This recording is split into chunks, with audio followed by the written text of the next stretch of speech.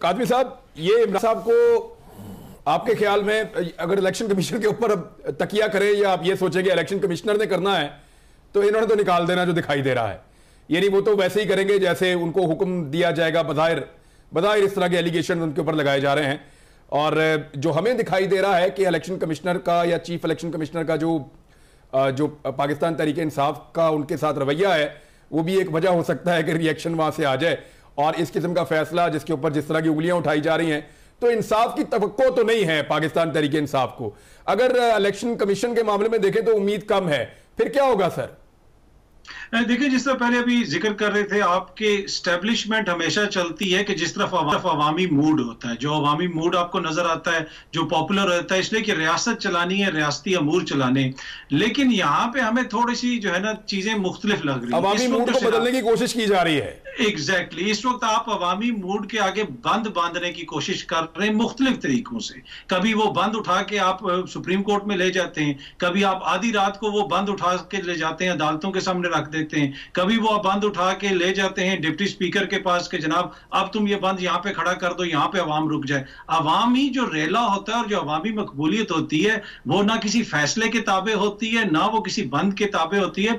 जो लोग ये कर रहे हैं उनको ये समझने की जरूरत है कि आप जितनी मर्जी कोशिश कर लें, आप जिधर मर्जी ले जाएं चीजों को, आप इस तरह चीजों को सेटल नहीं कर सकते। अब आप इलेक्शन कमीशन के फैसले की बात कर रहे हैं, वो जितना भोंडा फैसला है वो आपने भी देखा और मैंने भी देखा।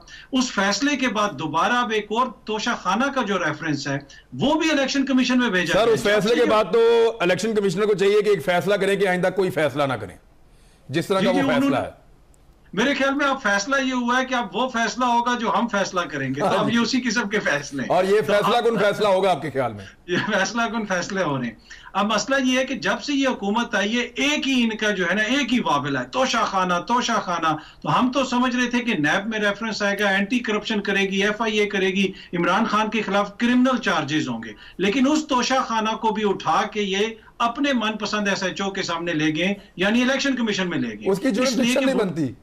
मसला ये ना, पर रिलीफ वहां से मिलेगी ना, वहां पे उम्मीद तो मिलती है ना, वहां पे इनको उम्मीद नजर आती है। तो ये हर चीज इस तरह करने की कोशिश कर रहे हैं कि टेक्निकल बुनियादों के ऊपर हम इसको नॉकआउट कर दें। मैं दोबारा कहूंगा, मैंने जिस वक्त कासिम सूरी साहब ने रूलिंग दी थी और सुप्रीम कोर्ट के अंदर केस था और पाकिस्तान इंतखाबात की तरफ जा रहा था, उस वक्त मैंने अर्ज की थी कि खुदारा इंतखाबात की तरफ चले जाएं, नहीं तो बहस इस सियासत से निकल के इदारों की तरफ चली जाएगी और कोई भी इसका बोझ नहीं उठा सकेगा। अभी भी मौका है, इंतखाबात की तरफ जाएं, खुदारा मुल्क के इदारों को कंट्रोवर्शियल ना बनाएं। किसी के लिए इलेक्शन कमीशन कंट्रोवर्शियल है, किसी के लिए अदालत कंट्रोवर्शियल है और किसी के लिए खुदा न खास्ता कोई और इदारा कंट्रोवर्शियल बन रहा है। ऐसा मत करें, इंतखाबात की तरफ जाएं और बचाएं पाकिस्तान को भी और इस मुल्क की सियासत को भी और जमहूरियत को भी।